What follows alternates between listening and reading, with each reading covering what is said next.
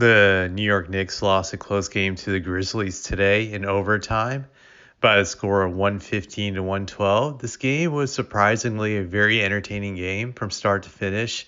It was very competitive, I would say. So I'll say this, at least the Knicks gave us some entertainment in this game. And so my game thoughts, I'd just like to break it down from one team to the next. So I want to start off with the Knicks. One observation I made from the start is about Jalen Brunson is that he started off the game very slow. And if you look at the box scores, it doesn't look like he had a good shooting game. He shot 7 for 18, but I felt he missed a few wide open shots towards the end of the game in overtime. There was a sequence where he was wide open for 2 corner threes and he bricked them in the overtime session. So that also resulted in his shooting not looking good, and he missed a few easy buckets. So I would say his bad shooting night is kind of deceptive when you look at the box scores. I think he'll play a lot better throughout the season when it comes to shooting percentages. I think there was one thing that was good about his game tonight was that he made some ridiculous finishes inside the paint. He had some up and under moves, some spin moves, and some good layups. So that was pretty impressive.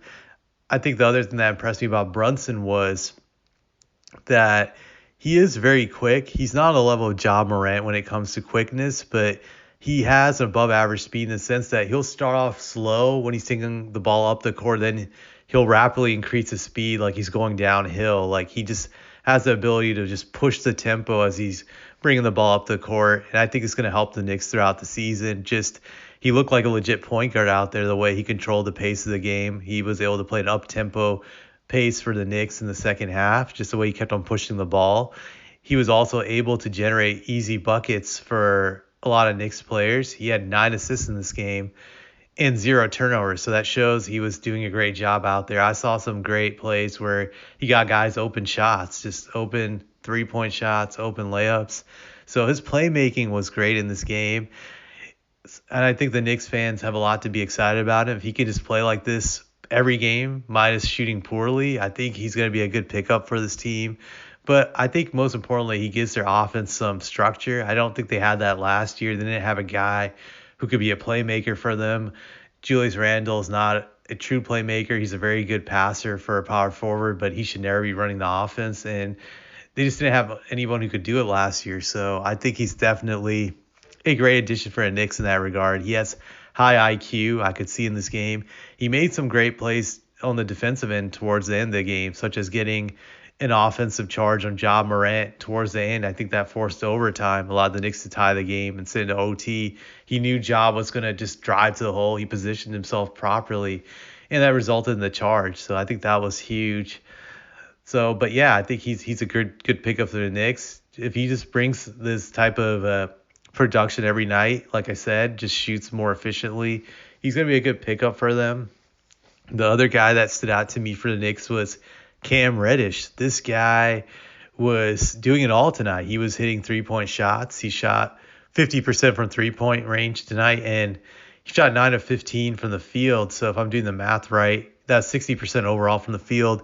He was amazing. Like he was making all these difficult finishes to the basket. If you watch them, they were ridiculous finishes that I didn't think he could make, and he was able to convert them. So if he can continue to finish like the way he was finishing at the basket tonight, he's going to be a very, very good player for the Knicks this season.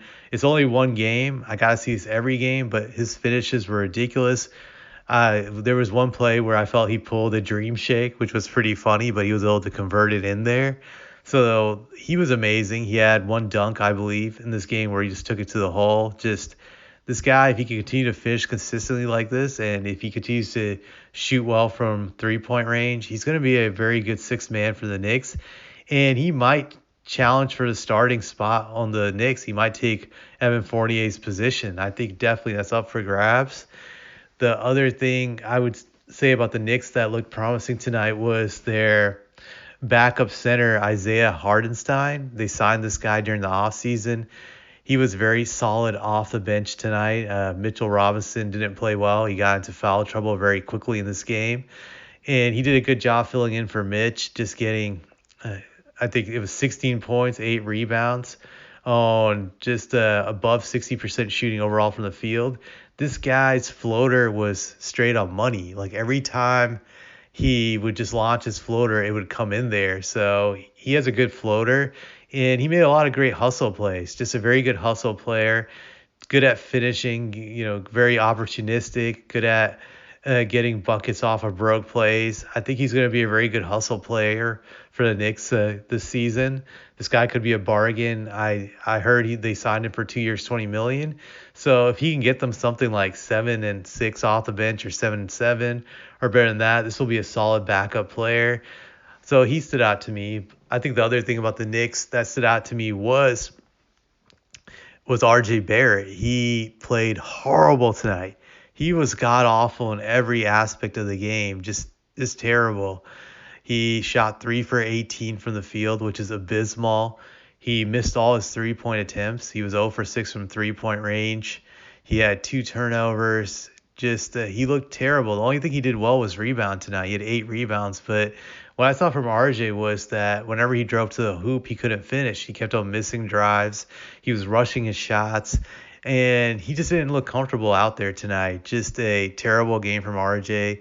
If you're a Knicks fan, you hope he can just throw this game away and just play better the next game. That's all you have to hope about RJ. But this is a horrible game to start off his.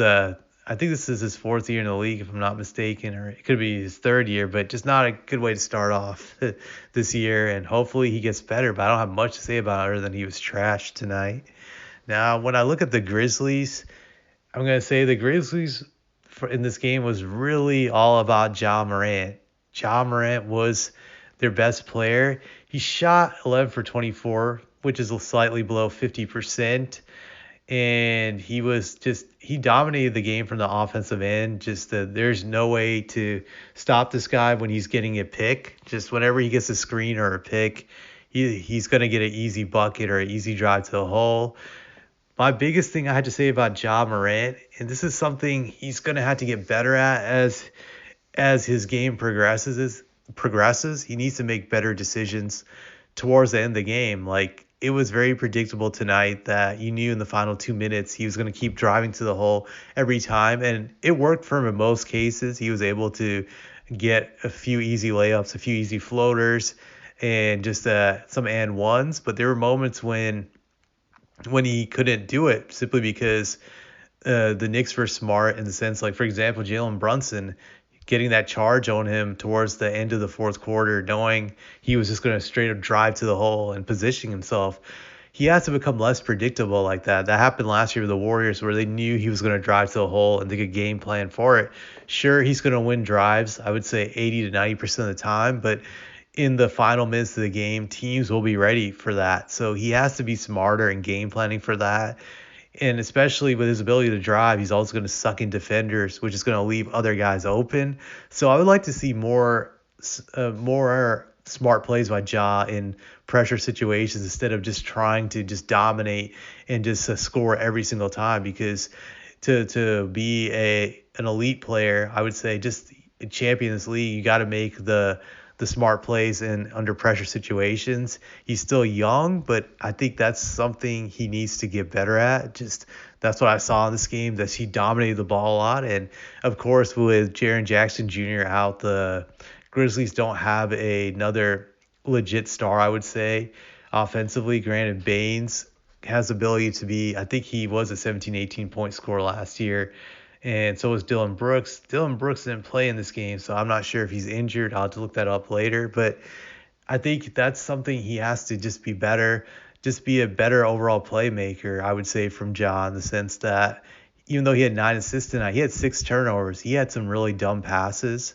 So that to me is the biggest thing from Ja. Obviously, with Jaren Jackson Jr. being out, he'll be asked to score a lot more points, but I hope he doesn't get into that habit of just feeling he has to score in every single possession and dominate the ball without learning how to make high basketball IQ plays during the stretch of a tight game. I think that's the thing that's going to determine whether or not the Grizzlies can actually win a championship come playoff time, or if they're ever in a situation game playing the Warriors. It's going to come down to making smart plays in the final 2 minutes of the game. So that's all I'll say.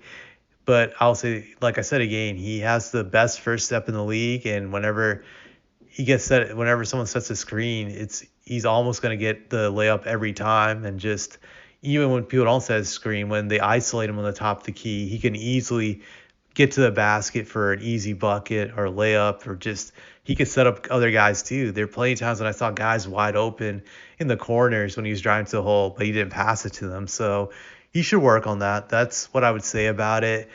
Uh, the Knicks, I think they could get better. Obviously, after this game, tough loss, but it's too early to say how good they could be. Maybe they could be a slightly above 500 team, but we'll see. For the Grizzlies, we're gonna see how much Ja can carry this team without Jaren Jackson until he comes back. I think in January or February. So that's about it. That's all I have to say about this game.